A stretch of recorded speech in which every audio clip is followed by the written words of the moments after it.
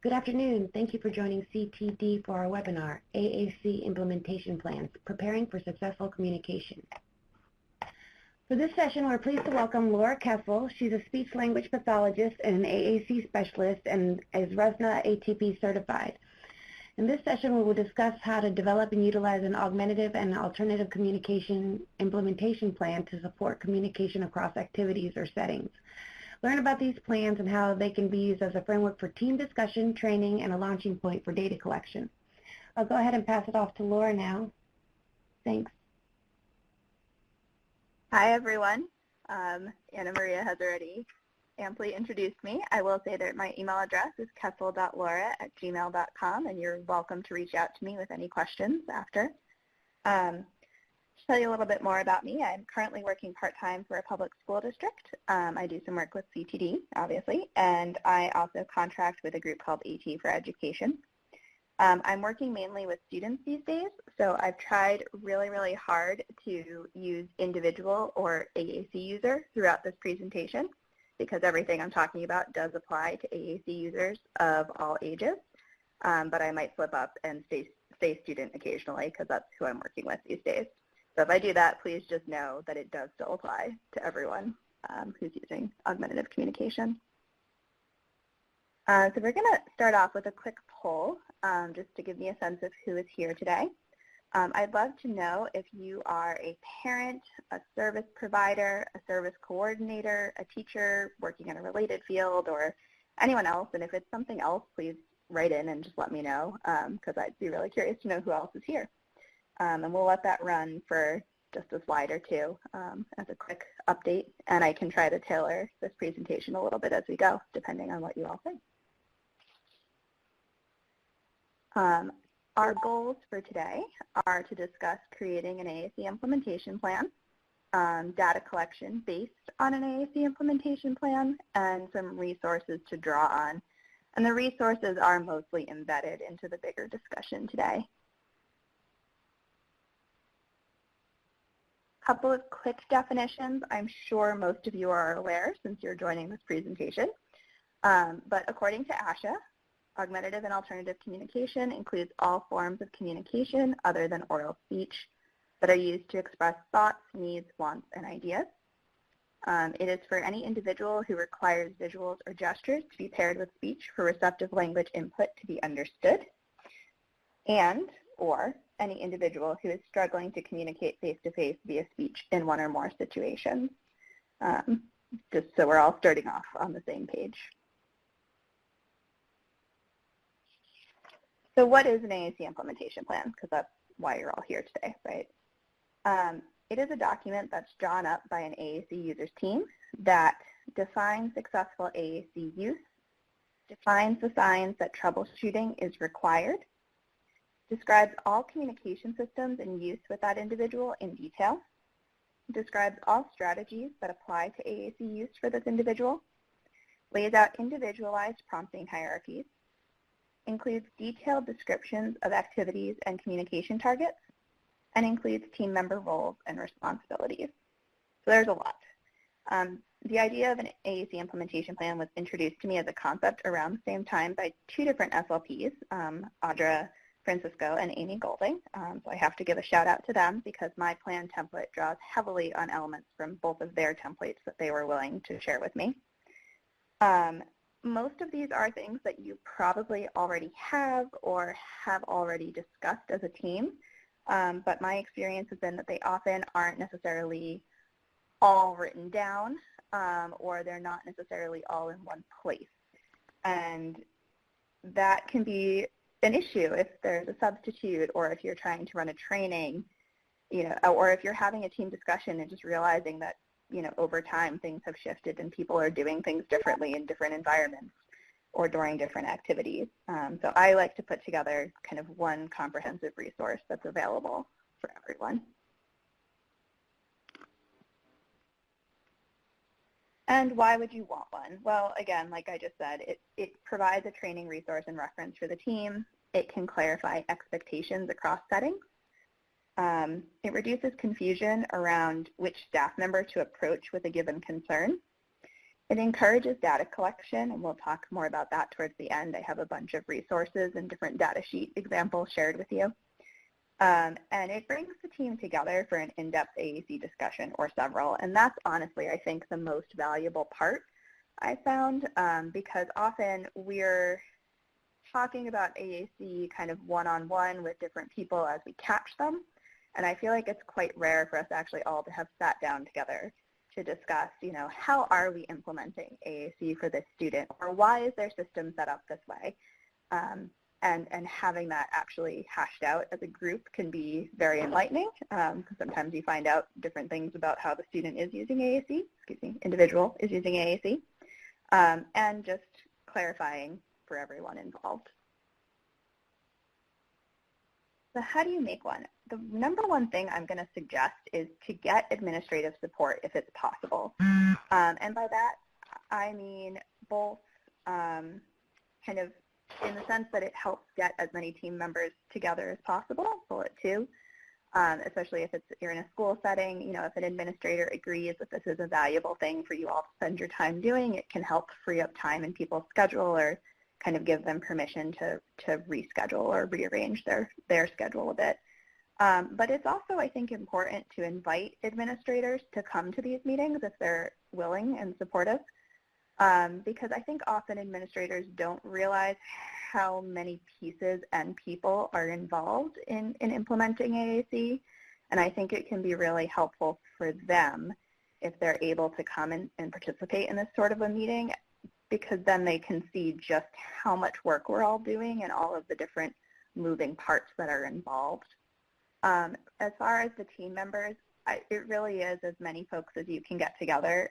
For school-age kids, I would say at a minimum, you probably want the teacher, the SLP, the AT or AAC specialist if they're involved, their paraprofessional if they have one, if they're able to join us.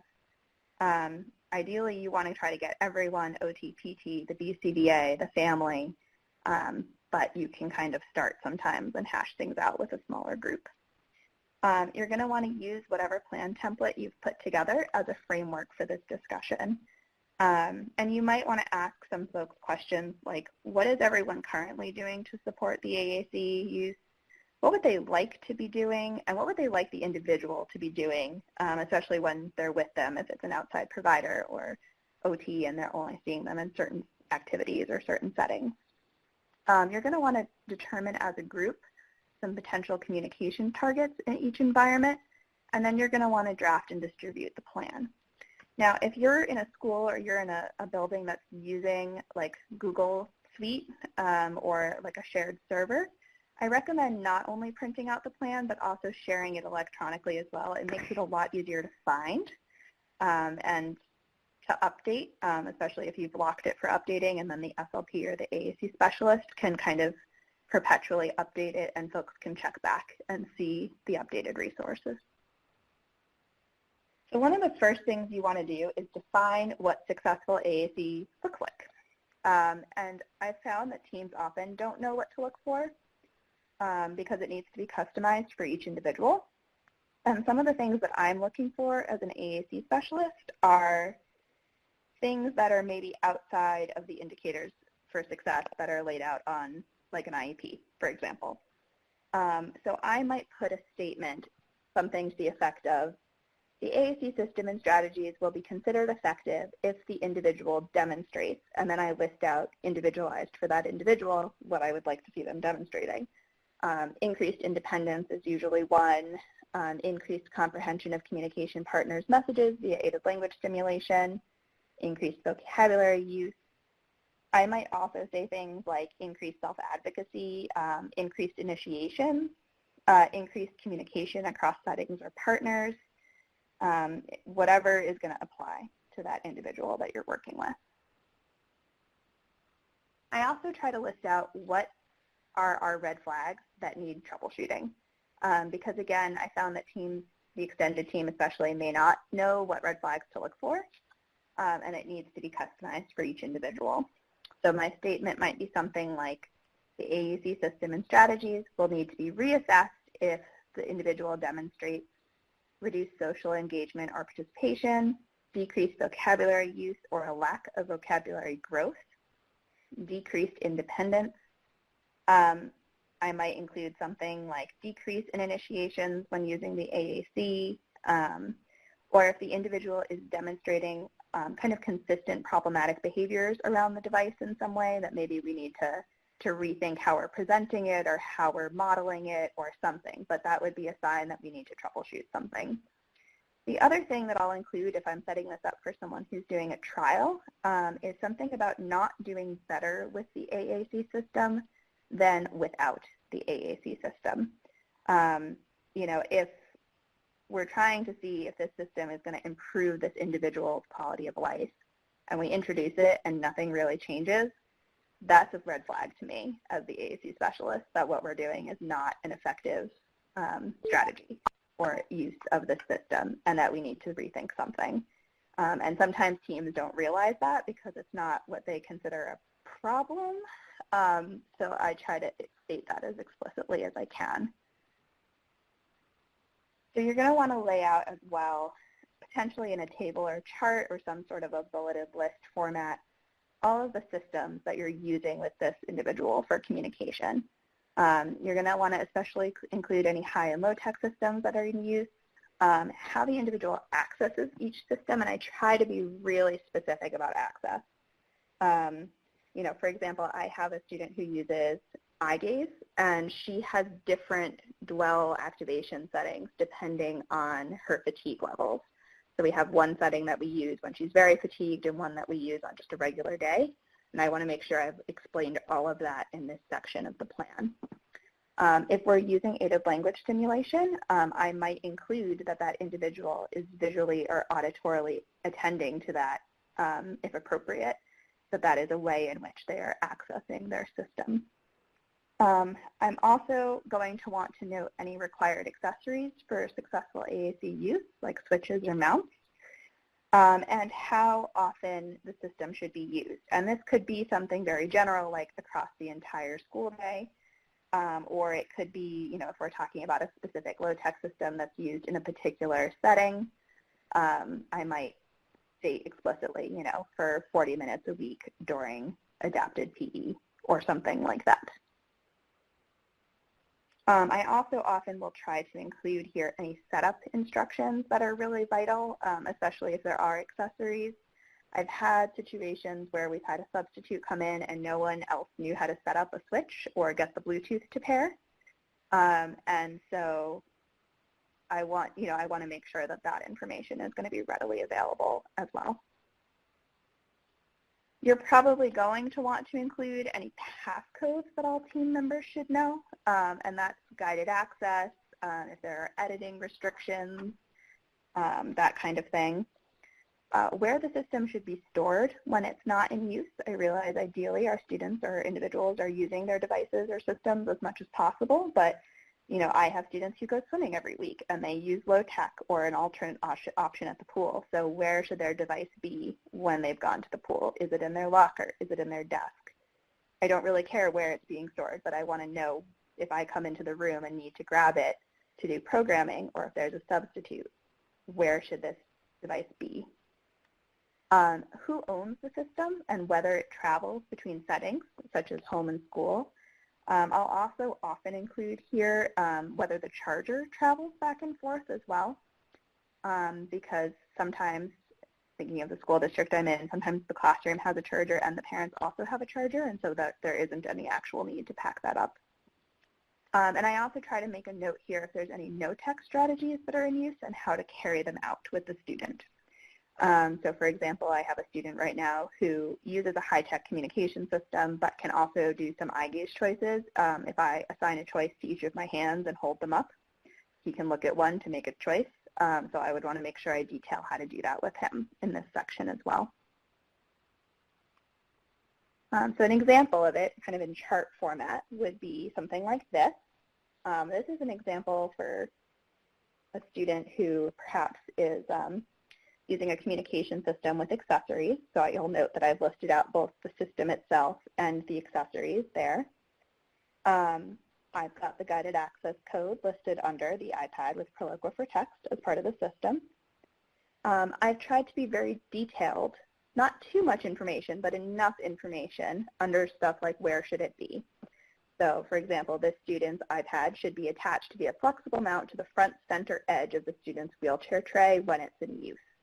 And if it's not in use, it should be in her teacher's middle drawer, plugged in, and charging. So again, you don't want to have too much information or make it too long and wordy, but just enough information that it should be very clear if someone new comes in and is reading this, kind of what the plan is. For how it's used, I try to give some information about what the student is doing. And when it's used, this is a general sort of throughout the school day. Here's an example of a similar sort of description of the communication systems, but broken out into a list format instead of a chart. So you can see I've tried to give, again, just enough information to be clear, but not too much information to be overwhelming.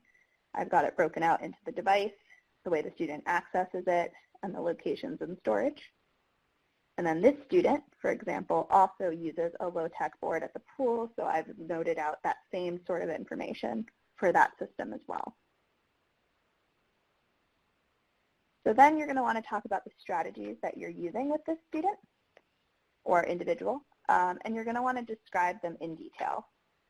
And you're going to want to note which team members are responsible for implementing a given strategy. And if it's everyone, you can say everyone.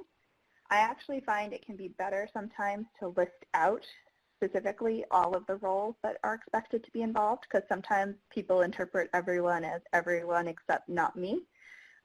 So sometimes being very explicit, like, nope, OT and PT are involved in this too, or, you know, yep, BCBA, if you're there and you're working with the student and the device is out, I want you to be able to do these things, can be helpful if that's something you're running into with your team. And again, this is something you might want to set up as a chart or as a bulleted list, whatever is going to make the most sense and be the easiest to distribute with your team. You're also going to want to make a note here around the situation or situations under which each strategy should be being utilized. Some examples of strategies that you might want to include would be things like a least to most prompting hierarchy or a most to least prompting hierarchy. You might want to include something about descriptive teaching, which we don't have time to go into today, but it's amazing, and I have a link there if that's a resource you would like to draw on.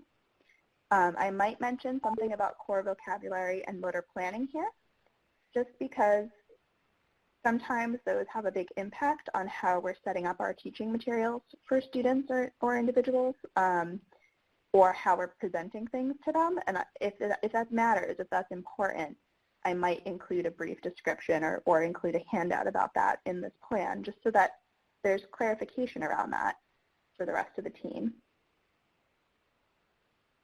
And you may even want to include those resources. So I will say as a blanket statement, I am a huge fan of not reinventing the wheel.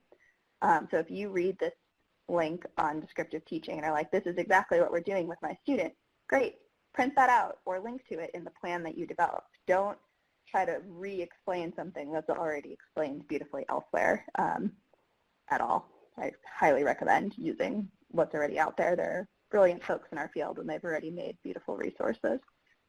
One implementation strategy I'm going to talk about in a little more detail is aided language stimulation, because I use it frequently and it comes up in many of my examples.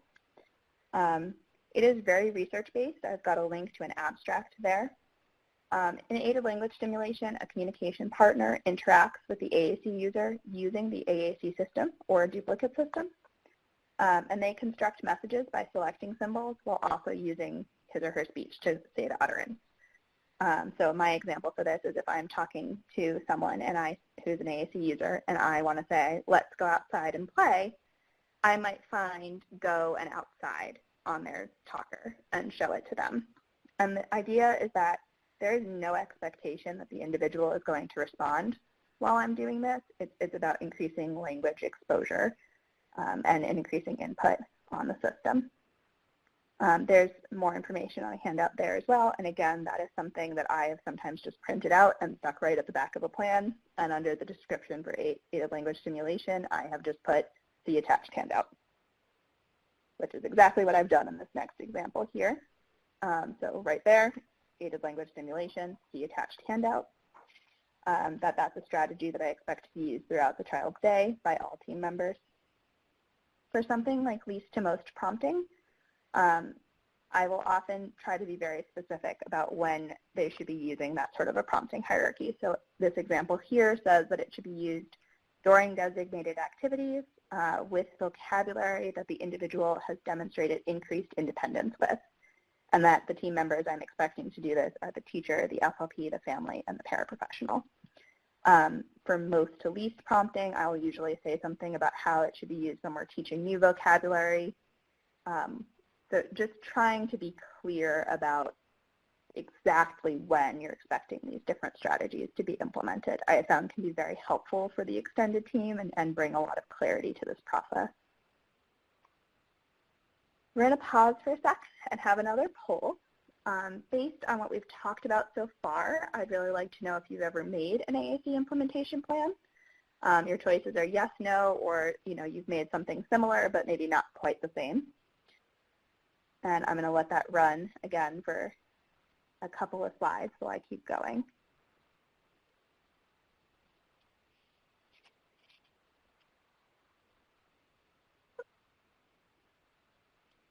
So most of you are probably pretty familiar with prompting hierarchies, but they're a big part of what I try to include in my plan, so I'm going to talk about them for a little bit.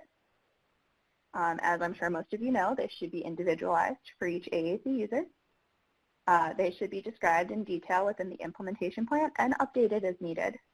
And you may want to include photos or other visuals in your plan when you're talking about this if that's helpful for consistency or training purposes.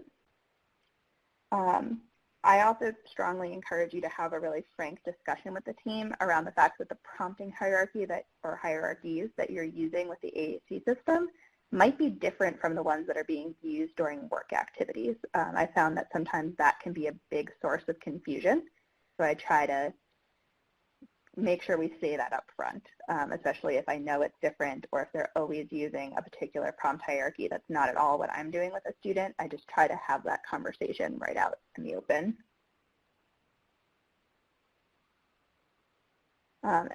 As I'm sure most of you are aware, two of the common types of prompting hierarchies are most to least and least to most. So a most to least prompting hierarchy starts with the most support and fades the help given over time, while least to most prompting hierarchy starts with less support and then increases support until the individual experiences success. The goal overall for both is to fade support. I have an example of a least to most prompting hierarchy that includes both prompts and cues or hints. This is not anything that I would ever paste wholesale into an implementation plan that I was making for a student because it needs to be individualized and customized. But this is sort of what I use as a template or as a framework to launch some team discussion around it. And Audra Francisco and I actually came up with this as sort of our template when we were making a training presentation together for a school. And she added this first line that I really, really love, and I now include it on every prompting hierarchy that I make, because I found that although it seems obvious, it often is not obvious and people forget about it. And that line for this least to most example is secure visual and auditory attention prior to providing or expecting a response. It's so crucial. It seems obvious. I really strongly encourage you to write something like that down when you're making your prompting hierarchies because it is a big reminder for folks. And then your prompting hierarchy should be as explicit as you think it needs to be to clarify things for your team. And that might be maybe you've all been working together for ages and you have kind of a good shorthand worked out and you don't need to be super explicit. Or maybe, there's a lot of turnover and you don't know everyone as well, or you're just very rarely ever actually in the same place at the same time, which is my situation a lot of the time. And you want to make sure that it's clear and has examples and is as specific as it can be. So, for example, if I was going through this with one of my teams, I would include after each part of the prompting hierarchy something like, so if we look at the second line, gesture towards the device, I would say gesture towards the device, pause again, wait for however many seconds we've determined is appropriate for this individual, and then, if no response, move to the next line. And we've had to put that in after each part of the prompting hierarchy because we realized staff were not necessarily realizing that for this student with processing issues that they needed to still do that. And they still needed to be providing that time. So again, you're going to customize this. You're going to make this as specific or not specific as you think your team needs it to be. I will also sometimes include information around other tools that we're using with the student during the prompting hierarchy. So if you have a student that you're using a light pointer with or an occluder with, an occluder is often cardboard or cardstock that's black, and you cut out a hole in the middle of it the size of a button or a symbol on the individual's AAC system. I put mine on a popsicle stick, and then you can kind of use it to outline or highlight the symbol you want them to select.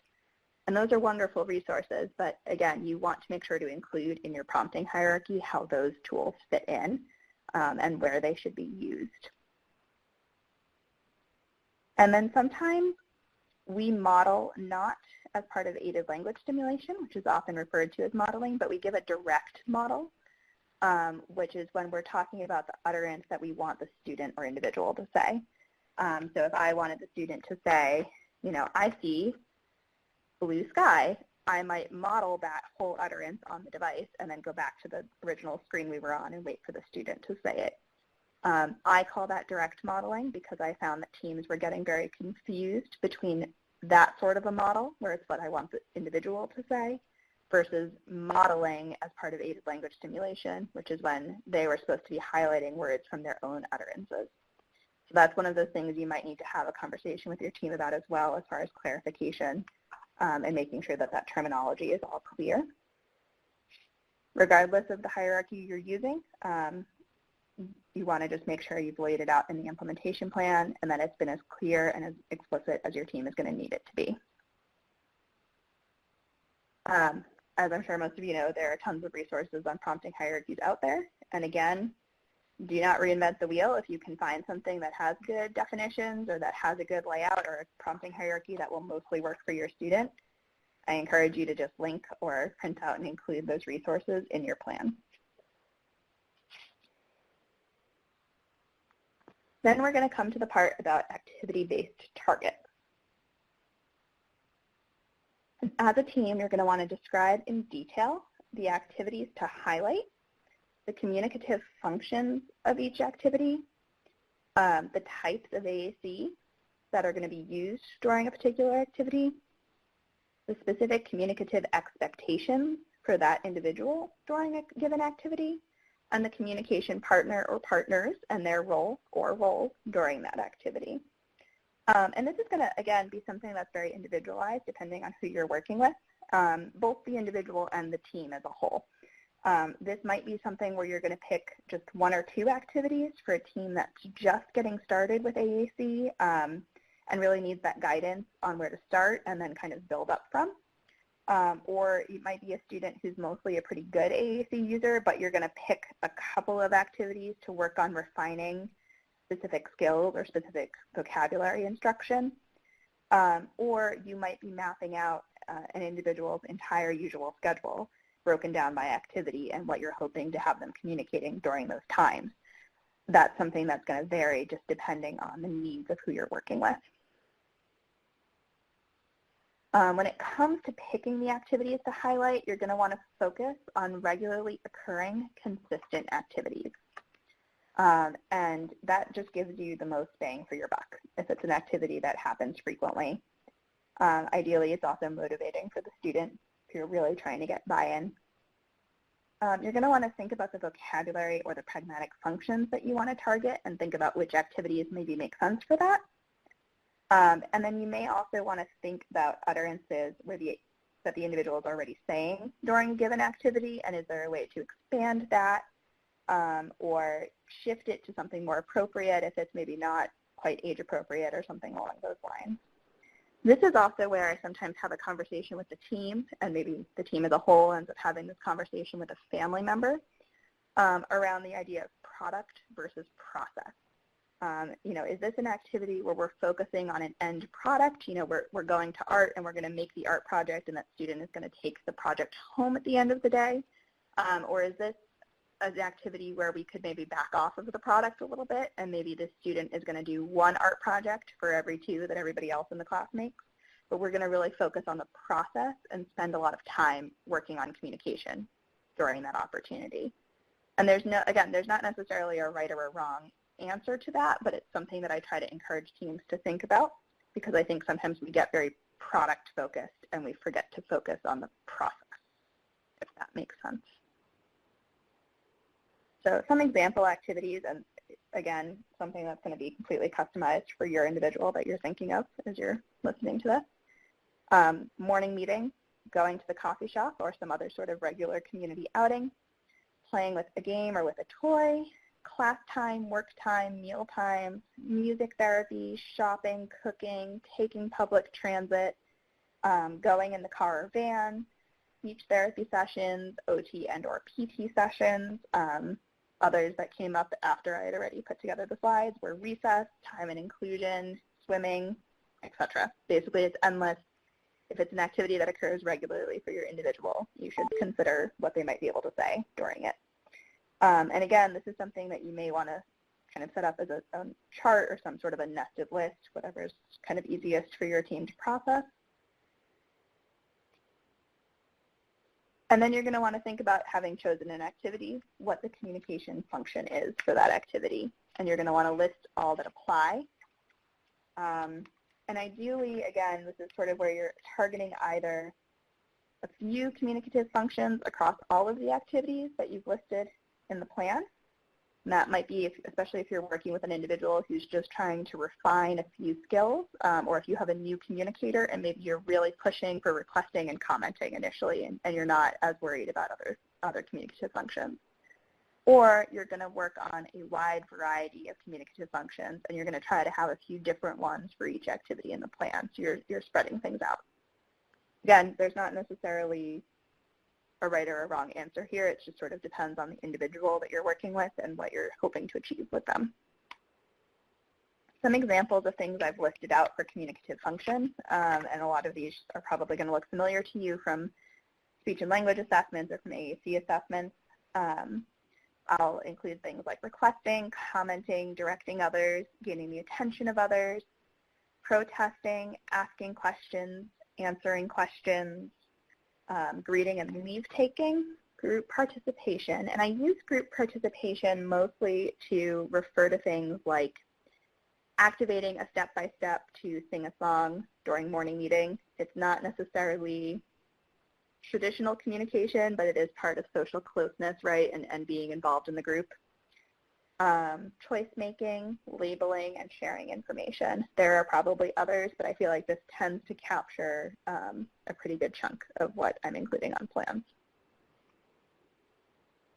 Then you're going to want to talk about the types of AAC that are being used during an activity, because an individual may have a ton of different resources available to them. They might use high tech and low tech and no tech, and not all of those necessarily apply to any given activity. So you want to list out specifically what's available for that activity.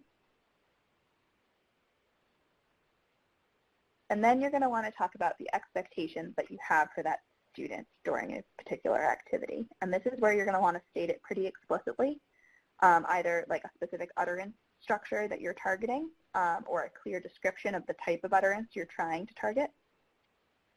These should align with the stated communication focus for the activity, right? So if your function that you're working on is protesting, you don't want the expectation on the student to be some sort of a comment, right? You want to make sure that the things that you're expecting the student to communicate align with the functions that you're targeting. And you're going to, again, want to write these in the manner that's most helpful for the extended team. And that, I have found, may need to include things like writing out the vocabulary in an utterance very explicitly, like including silent navigational hits if those exist. So for example, if a student is needing to open a folder and that doesn't speak before they find the vocabulary word in question and that does speak, I want to make sure I indicate that if that's what the team needs in order to support the student best. And you might want to draw on existing resources while you're thinking about what utterances to choose or which activities make the most sense. The Pranky Romish Company has a core vocabulary and play routines document, which I've got a link for there, and I have an example at the bottom of this slide. But basically, they try to talk about both a bunch of core words and different contexts in which those words could be used. And then they have some example activities, and they have example 1, 2, and 3 word phrases using core vocabulary that might apply within those activities. So if you're using a core word approach with a student or trying to brainstorm some appropriate utterances that would make sense as expectations for them, this might be a document that's worth looking through. Something else I really like, the Speak for Yourself website has this brainstorming worksheet, and they talk about what does the person love as sort of the root of the activity, but you could make it, what's a key word for this activity, and then think of a core word that pertains to that, and then nouns that pertain to the core word, and verbs that pertain, and so on and so forth. So this tries to help you kind of brainstorm vocabulary that might be relevant, and then think about the utterances that you could make using those words that you've just generated on this worksheet. And the link for that, I don't actually think I have a link for it, but if you Google the building language, where do I start, it should appear. And if you're having trouble finding it, please let me know, because I will provide that link. Dynavox also has an Observing the Classroom Environment form. I like this, especially for slightly older students, because one of the things it asks, and it is intended to be used as sort of a comparison of the AAC user to their peers, is the student able to communicate the same types of messages as his or her classmates? And if not, what are they unable to communicate? So if you're trying to figure out what utterances to be targeting, this might be a good way to kind of collect that information and think about, okay, they're going to inclusion class, or they're going to this place in the community, what are the others able to say? Do those make sense for this student? Is that something that they should be able to convey as well? And the last thing you're going to want to consider is the communication partner role. Who's expected to be present during this activity? What are they each expected to do to help the student experience communicative success? And that might be, for example, either language stimulation or least to most prompting. And the info you provide here should try to answer those questions. So here's an example of kind of a full breakout of a specific activity and the communicative function, the AAC in use, the communicative expectations, and the partners and their roles. This is an example based off of a student I work with who is literate and kind of very fluent with the mechanics of using their system, but really working on using it functionally with peers. So for the activity, we've listed out very explicitly, we're talking about conversational carryover in the classroom after practicing the same topic in speech, which was something she was doing weekly last year. For the functions, we're talking about greeting, kind of taking turns listening and sharing, so basically group participation, and some self-advocacy. That's what we really wanted to work on with her. This is going to happen with an iPad with the Pro for Text app. And so our specific expectations for the student are that they would listen to another person or story, ask an open-ended or clarifying question, make an appropriate comment, and then utilize pragmatics to maintain conversational control or work on conversational repair strategies. And we talked about who is going to be there. It's going to be the FLP, the speech interns, the teacher, and her fellow students, and that the FLP and the teacher were expected to provide least to most prompting as needed. Another example for a student who's less proficient at using their system was for SNAC in the inclusion classroom. And I want you to note here under AAC use, I've included the student's device, but I've also mentioned a conversation reel visual that was actually in use in the classroom in general during snack time. This was something that all of the students benefited from and that they would put out on the table. And even though it wasn't intended just for this student, it was available to him during the activity. So I want to make sure that we're noting that here. Under the communicative expectations, again, I've used brackets to indicate silent hits on the device. So for a staff member who's less proficient at using accent with LAMP, I want them to know that they need to hit I and then hit I have, that that's the sequence they're going to follow, or that I don't like is going to be a silent hit to I, a silent hit to the not symbol, and then I don't like as a message is available. So trying to put it as clearly as possible for team members. And in this particular case, we had a specific WH question we were targeting, which was, what do you have, after looking over at what a peer was eating. So we have stated that explicitly right here. And so that sort of thing. You want to put in just enough detail that it's clear what you're expecting for the student, but not so much detail that it becomes like paragraphs and paragraphs. That's too much information, and folks will not appreciate sitting through a meeting where you're trying to put that together. I also want to make a quick note that it can be short and sweet. So this was a bathroom activity. The function is requesting. The expectation is that they'll go into their needs category and hit the full message, I need to use the bathroom. And that's the expectation here is actually mostly on the partners right now, because this is something we want to be modeling at scheduled bathroom times before we take the student to the bathroom. And that this is something that if the student were to spontaneously activate, we want to reinforce it and take them to the bathroom. But that mostly this is actually trying to get the staff up and ready and using this tool to kind of teach this vocabulary or this message to the student. So after you've written all of this out, you're not quite done yet, I'm afraid. I try to be very comprehensive about this. You're going to want to list out as well all of the team members who are involved, all the aspects of AAC system upkeep and maintenance, and which team member or members are responsible for each aspect of upkeep and maintenance. I say members because I really strongly encourage you all to indicate exactly who is the primary person and who is the backup person for doing certain things, because if everything rests on one person and that person is out, that's when we run into some trouble, right? So making sure you know, okay, well, the student uses a switch and so-and-so knows how to set up the switch, but if that person's out, who's our backup person? Who's you know, going to get tagged in to take care of that? So I recommend doing that via a chart. This was actually from the Bridge School, and I think Saltillo had shared it on their website, which is linked at the bottom there.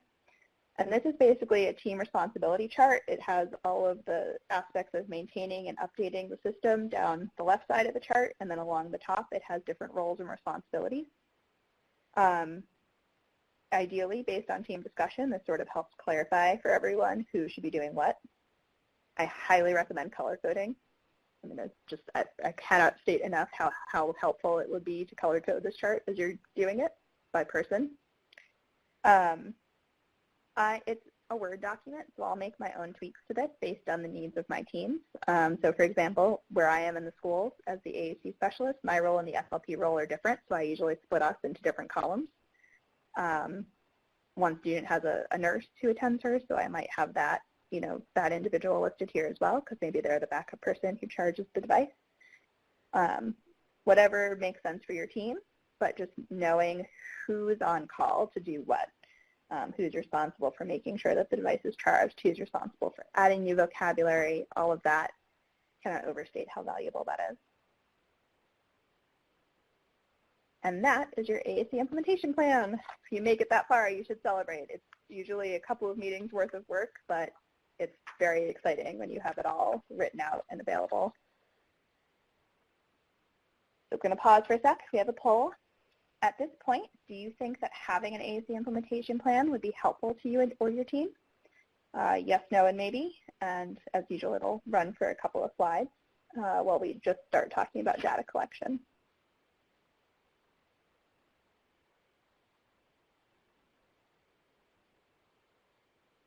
So basically now you have this amazing resource developed. What are you going to do with it? Well, you're going to document, like everything else. You're going to want to encourage your teams to collect data to determine if the system is working or in need of troubleshooting, and to determine if strategies are being implemented as laid out in the plan. And I don't want to understate how important that piece is, because if it turns out that the strategies you've identified as being successful for teaching an individual their AAC system are not being implemented correctly, that's the part that needs troubleshooting, right? Before we jump to making big changes to the system itself. So you're going to want to collect data on both of those things, hopefully. So most of the rest of the slides are basically examples of data sheets, because I feel like that's always the part I'm curious about. You know, how do people take data? How are they getting this information? So one of the things, this is an example from Joanne Cafiro from a presentation she did called From When AAC Meets ABA. And it's a checklist meant for the communication partner when they're trying to implement aided language stimulation. So the idea is that you're really not taking data on the student at all right now. You're actually just collecting information on whether, whatever steps and sequence you've set up as being appropriate for aided language stimulation were actually carried through, which might be helpful, especially if you're concerned that, a staff member is struggling with this, or, you're trying to figure out where the breakdown is happening. Similarly, an aided language stimulation example, this is from the Lexington Public Schools. I'm pretty sure it was made by Amy Golding, although her name is not on it. And it's just collecting information on whether the student attended to aided language stimulation in the first 5 models that the communication partner made. And that might be helpful, if you're trying to get staff on board or trying to get a sense of how many times something needs to be modeled before a student is attending or starting to use it. Something like this might be useful. This example is from Gail Van Tatenhove, the Student Augmentative and Alternative Communication Profile and Portfolio, which I've linked to there. This is sort of trying to look at, what was modeled for the student. Did they look or listen? So same kind of thing as the Lexington Public Schools one, right? Did they attend to the model? But then also, did they partially or fully imitate the model, or did they actually respond with a unique and appropriate response? So if I were modeling a question, for example, did they attend, and then did they imitate my question, or did they actually respond to the question and answer me, but just trying to collect some of that information. This one, I had to edit my PowerPoint at the last minute. I was just at a conference last week at the Tech Access Conference in Rhode Island, and I learned about this particular data sheet from Communicare out in Western Mass. And they sort of embed the utterances directly into the data collection sheet. So they would not only identify the specific utterances they want the student to produce, but then they would also identify the symbol sequence that's needed to make it and put that right into the data sheet like you can see here. And then they have it so that you can check off if it was modeled for the individual, and then if the student was prompted or unprompted in responding. So that's kind of cool. This is an example for kind of getting information on what was modeled, what were you hoping the student would respond with, and just if they did it or not. And it kind of lets you do a little math to sort of see how many modeled messages there were, how many were imitated, and sort of what's your percentage right there. This one's unique. It's a core vocabulary checklist from Gail Van Tatenhove again. It's got 250 core vocabulary words, and it lets you sort of check off, how was it taught? Did the student use it spontaneously? Was it something that they used in the sort of structured setting? Which, if you're using a core word approach, might be really helpful just to sort of collect some of that information and get a sense of what words you want to be targeting next. This is from the Lexington Public Schools again. It's a data collection sheet for kind of getting a sense of how the student is using AAC. This one lets you mark off how what the individual's utterance was, to flag it, and with a little checkbox to the right of it if it was more than 5 words long. To note the pragmatic function of the utterance, which if you wanted to set this up by activity, maybe you would customize to match the functions you've identified for a particular activity, and you can check it off.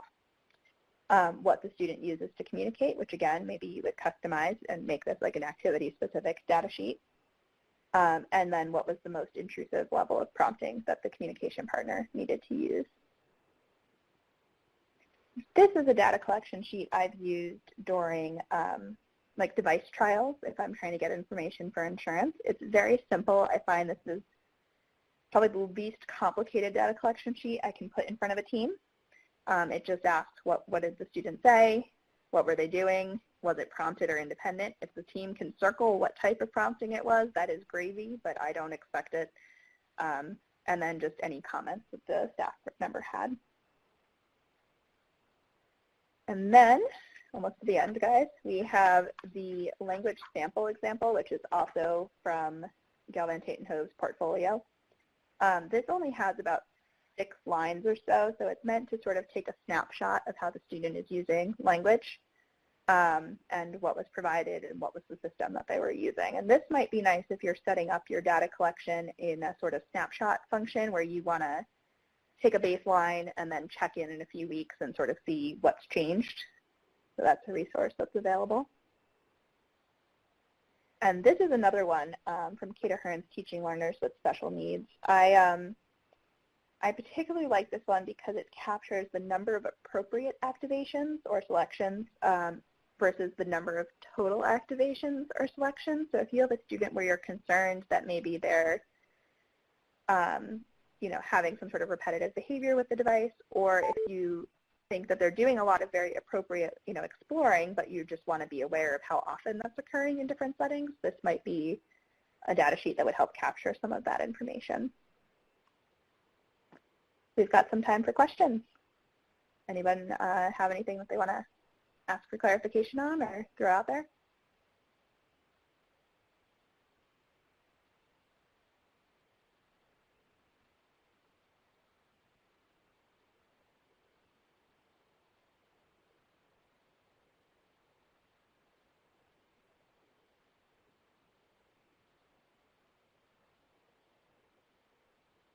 I can see a couple folks typing, so I'll give you all a minute to compose your thoughts.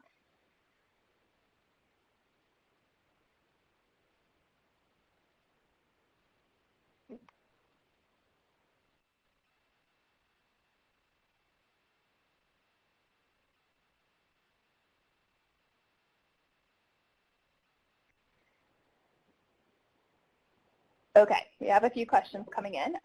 Shanna asked how long it took us to fully implement this in our district. It is not fully implemented. This is something we are rolling out slowly because, as you can imagine, it is not a speedy process. One of Francisco had already been creating several of them for some of the students we work with collectively, and I have been sort of slowly rolling it out for students who come my way, sort of prioritizing the students where we have a lot of team members involved, and it's a lot harder to kind of keep everybody on the same page. It's definitely something I would ideally like to have fully implemented, but it's definitely something that we're also chipping away at slowly, if that makes sense. Janet also asked if I had a communication wheel for interactive communication. I don't actually have a source on that. That's something that they were using in the classroom. I copied it as an example of something that I wouldn't necessarily have provided, but that's available as a visual resource for the student.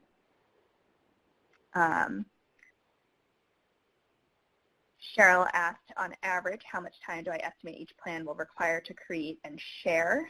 I would say the meetings have taken us, it depends on how long you can keep people there. I think if you can sit down for an hour and a half, you could probably bang out the entire plan, and maybe not every single activity in great detail, but you could at least have most of it fleshed out. If you're doing it the way I've often had to do it, which is a little more scattershot than that, then it might take you a few weeks or a few tries to kind of catch everybody collectively. And let's see, who else has asked a question here? Someone asked if we could put the data sheet back up that could be used with repetitive but not purposeful communications. I would be happy to do that. Let me just scroll over. This one here at the end where you have the number of appropriate activations and then the number of total activations. So this is one that I like for that. I like that it tries to capture some of that information. Let's see. Kurt asked, are IEP team members willing to fill out the implementation form and record data? So far, it's like they are. I've had 2 teams in particular who really committed. I had one team last year that actually put the data sheet in the Google Drive and was taking data right into it for me, which was amazing and probably not likely to happen, but it can happen. I think mostly we've been trying to focus on just getting the plans in place and then hopefully having folks take data if we can specify for them what it is we're hoping to collect the data on. So for example, you seem like you're struggling with the aided language stimulation. We're hoping if you can do this for a couple weeks, we'll be able to kind of figure out where the breakdown is happening and help you. Or, you know, we're trying to figure out how often so-and-so is actually attending or how often they're actually using their device in an appropriate manner. So I think the key part there with the recording the data and getting the teams on board is being very specific about what it is you're trying to get that data on, if that makes sense. And that actually, I think, may answer some of the later questions as well. Someone else had asked what would be some of the effective ways to get people on the team engaged and to execute their tasks. Again, I think just being very specific about why this is important. And also, I think having that discussion about how, because someone just commented that there was a lot, they didn't know that there was so much involved in AAC. And I think having that conversation with the team about how much is involved in AAC and how important their piece is, because this all ties together, I think a lot of folks sometimes don't realize that. So having that piece of the conversation as well.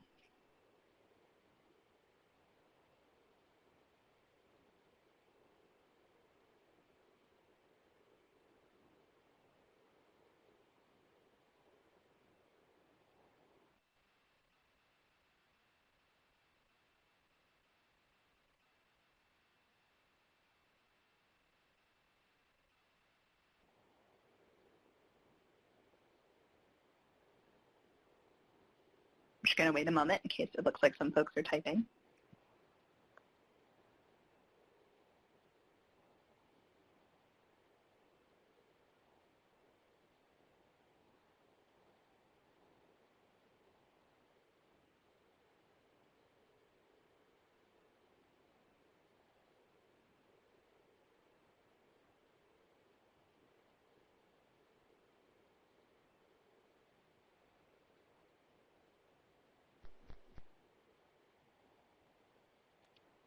I'm going to hand it off to Anna Maria. I know we've got a survey slide to talk to you about. We just want to remind everybody we really love to hear from you. If you click on this SurveyMonkey link, when you complete the brief survey, it will take you to a certificate of participation if you'd like to get one for the webinar.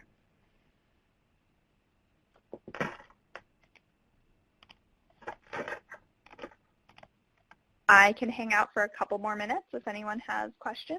And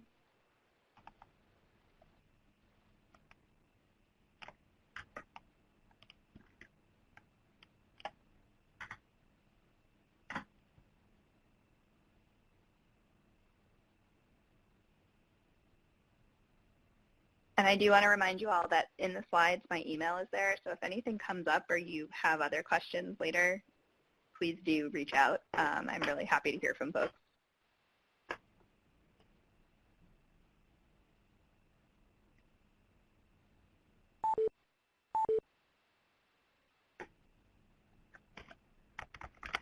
Well, thank you so much, Laura. That was really great. Thank all of you for coming. So we'll get the webinar recording posted and all materials sent out tomorrow. Thanks everyone for joining.